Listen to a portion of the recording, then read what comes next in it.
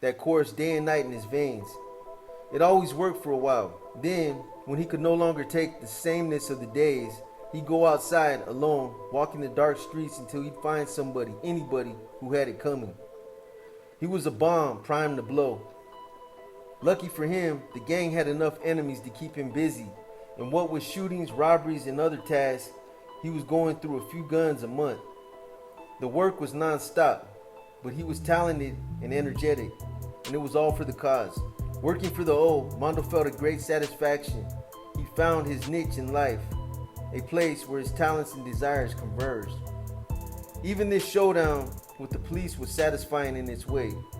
He peeked through an opening in his grandma's curtains and saw that the cops weren't going anywhere. Of course, Bubba might not approve of what he just done. The bosses kept trying to rein him in, but Mondo still had a lot to get out of his system. He was ambitious or crazy enough to take on the tough jobs. Earlier, he'd been asked to assist in dealing with a homeboy he'd known since they were kids. The crew told Mondo the guy was no good. He was ratting to the cops. Mondo wouldn't believe it until they showed him the paperwork, court documents proving that the guy had cooperated. Then, when the fool had the balls to walk into a crowded party, Mondo told the snitch to get the fuck out. When the guy didn't listen, Mondo walked calmly to another room and pulled out a Mac 11, automatic machine gun he'd hidden.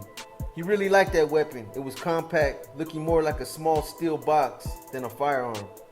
And with a 32-round clip, it could dump 20 rounds a second. It would be a shame to waste it, but he'd learned not to get attached to any particular cohete, because as soon as you got used to it, you had to lose it. Those were the rules. He came back to the living room and flashed the Mac. The startled crowd turned hysterical. A homeboy pulled him back saying, "There's too many fucking people here." The homeboy told the target to turn around and leave. He did. Later, the bosses told Mondo that while they appreciated the sentiment, it was an excessive public show of force. He needed to lay back. Why the hell should he hold back? Bubba assigned Mondo to help with security at the gang's drug stash pad in Soledad, where his boldness and handiness with guns were deemed more appropriate. He was working at the Soledad drug pad when a house party started. It didn't take long for the Soledad cops to arrive. Mondo bolted out the back door and hopped the neighbors' fences. When he was far enough away, he ran to a side street to see what was happening. Breathless, he turned and saw a line of policemen rushing toward the stash house. Shit, he thought. His homeboys were still inside. He had to think fast. He had to create a massive distraction so his friends could slip away. He decided the best option was to shoot straight into the group of officers. That would divert their attention, all right. He wasn't worried about getting caught. He could fence hop faster than any fat old cop and could easily lose them in Soledad's maze of country backyards.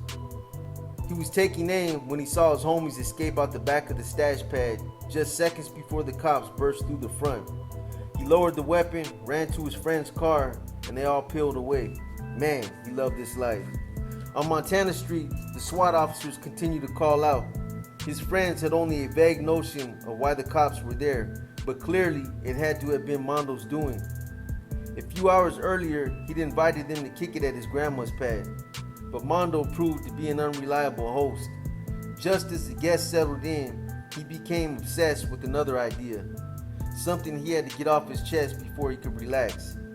He walked right past his friends to retrieve a sawed-off shotgun from the bedroom. Not his favorite weapon, but shotguns were fine for making a statement. The town had changed in the years since he'd been gone. A bunch of sureños had moved into the street, and Mondo decided they needed to learn once and for all that this was not their neighborhood. Seeing Mondo head for the door, Gabe offered to go along and said he'd be happy to help kick in the door. But Mondo said no. He liked to do this work by himself. He left the partiers at his grandma's, walked up the block, and standing in front of the Sureño's pad, shot out as many windows as he could. He picked up the shotgun shells and ran towards home. Still running, he remembered that another group of Sureños were living in a house right across the street. He heard the sirens and cop cars arriving, but he just couldn't stop. He approached the second house, took aim, and shot the front door and then the glass of every window he could see. This time, he heard shots from inside. Glancing over his shoulder, he saw the cops up the street. He scooped the shells and raced around the corner until he stopped. panting next to his grandma's backyard fence. He scrambled over the wooden wall, wiped down the gun with his shirt, and jammed the weapon into a woodpile. He tossed the shells into the neighbor's yard. As he burst through the back door, he was welcomed with his beer. As a responsible crew leader, Bubba couldn't condone what Mondo had just done, but he had to admit the kid had balls, hitting the enemy right in front of the fucking placas. Now cops were outside, were shouting through a megaphone, "Come out now, put your hands where we can see them." Mondo lifted his drink, took a gulp and smiled. This was going to be a long night. They partied on as if nothing had happened. Mondo acknowledged the police by drinking more beers than he could count, and then stumbled into the room occupied by the two females. He lay down on the bed, but before he could try any of his smooth moves, he passed out, oblivious to the army assembled outside his window. His fingers shook as he tried to open the beer. He gave up. Oh yeah, now he remembered where he was. The party. The room was bright, too damn bright. He was aware of the sun's angle and figured it had to be like 10 a.m. already. Cruel daylight penetrated the curtains. He felt dizzy. He yawned and stood and stretched and smoothed his pants. He walked to the living room. Where was everybody? Shirtless and shoeless. He stumbled through the rooms and found no one. He was annoyed to see that the front door was ajar. Who the hell was stupid enough to leave the door open? Before he closed it, he noticed there were dozens of police officers outside, positioned like Marines at some World War II beach battle. He slammed the door. Oh yeah, he vaguely recalled that his friends had surrendered. They tried to get him to go out too, but he said nah, fuck the cops. It must have been hours since he heard his companions march outside. He must have passed out. He laughed knowing that the cops sat out there all night in the cold waiting for him, afraid to come in because he was armed and dangerous. Frias, Armando Frias, he heard from the bullhorn. Come out backwards with your hands over your head. He tied his shoes, then opened the beer, pounding the whole thing in one long guzzle. He walked unsteadily to the front and opened the door just a crack. The row of black-clad, helmeted men pointed a firing line of rifles his way. He held out an open hand so they could see he didn't have a gun. He gently kicked the door wide open, thrusting both hands into the air, turned around and eased backward along the walkway toward the street. Get down on your knees, a cop shouted, and Mondo obeyed. Now lie face down. As soon as he did, they pounced, knees grinding heavily into his shoulders as officers yanked his wrist back and cuffed him. They raised him to his feet and led him to his sprawling command post down the block where his friends still sat in police vans and cars. He smiled for the TV cameras. In the jail's day room that evening, he saw footage from his shirtless back and shoulders repeated over and over on the news. He learned that the stakeout had indeed lasted all night, and that earlier, one of the Sureños had sustained minor injuries from the shotgun pellets.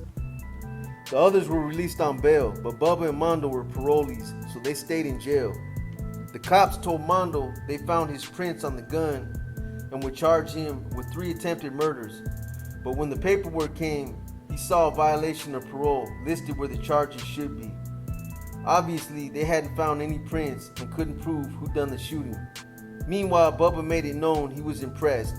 Mondo performed a number of jailhouse tasks to earn his bones, dealing here and there with someone in bad standings with the O.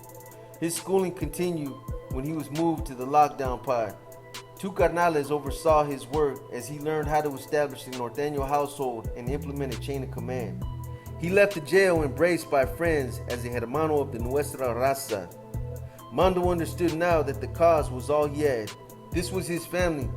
These were the people who would be down with him forever. On the streets, in jail, YA, wherever he went, they were there with him. He couldn't say as much about people in the straight world who came and went and couldn't comprehend the meaning of word loyal.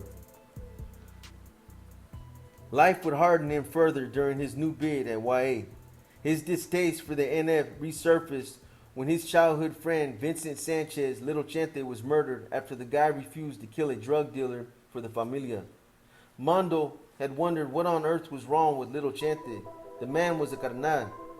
He knew what was expected of him. Why had he balked at following an order? To save a fucking drug dealer's life? From what Mondo heard, Little Chente knew that the gang planned to hit him for insubordination, and he seemed to accept his fate. The man had said goodbye to his mother and put things in order before taking a ride with the homeboys over Pacheco Pass. At the top of that meandering highway, they pulled over to take a leak. The homeboy shot Little Chente while he stood there pissing. Mondo's friend fell to the ground mid-urination, and the gang left him that way to reinforce their message. Mondo understood that message loud and clear. In the O, you follow any order or you die. Yet he missed Little Chente. Rather than saddening him the way Roy's loss did, the death only toughened his heart. Then his tia, America, was killed in a car crash. America was his father's younger sister, a beautiful woman known around Salinas to have a voice as soulful as Mariah Carey's. But it was his grandfather's passing that pained Mondo most. Grandpa was in the hospital, and the family told Mondo he was gravely ill. His grandfather was struggling against an emotional ache as relentless as anything physical. So many members of the family were locked up, but Mondo's incarceration hurt Grandpa the worst of all. Mondo had always been the favorite grandson. He had long ago broken Grandpa's heart, but he had hoped to ease the old man's anguish by being present at his bedside, even if over the phone lines. The youth authority was not interested in granting Mondo a furlough, even for this life-shattering event. So the family held the phone to Grandpa's ear, and when Mondo told his grandpa he loved him, he heard the old man weep. Mondo hung up knowing they'd never speak again. He tried to convince himself those had been tears of joy.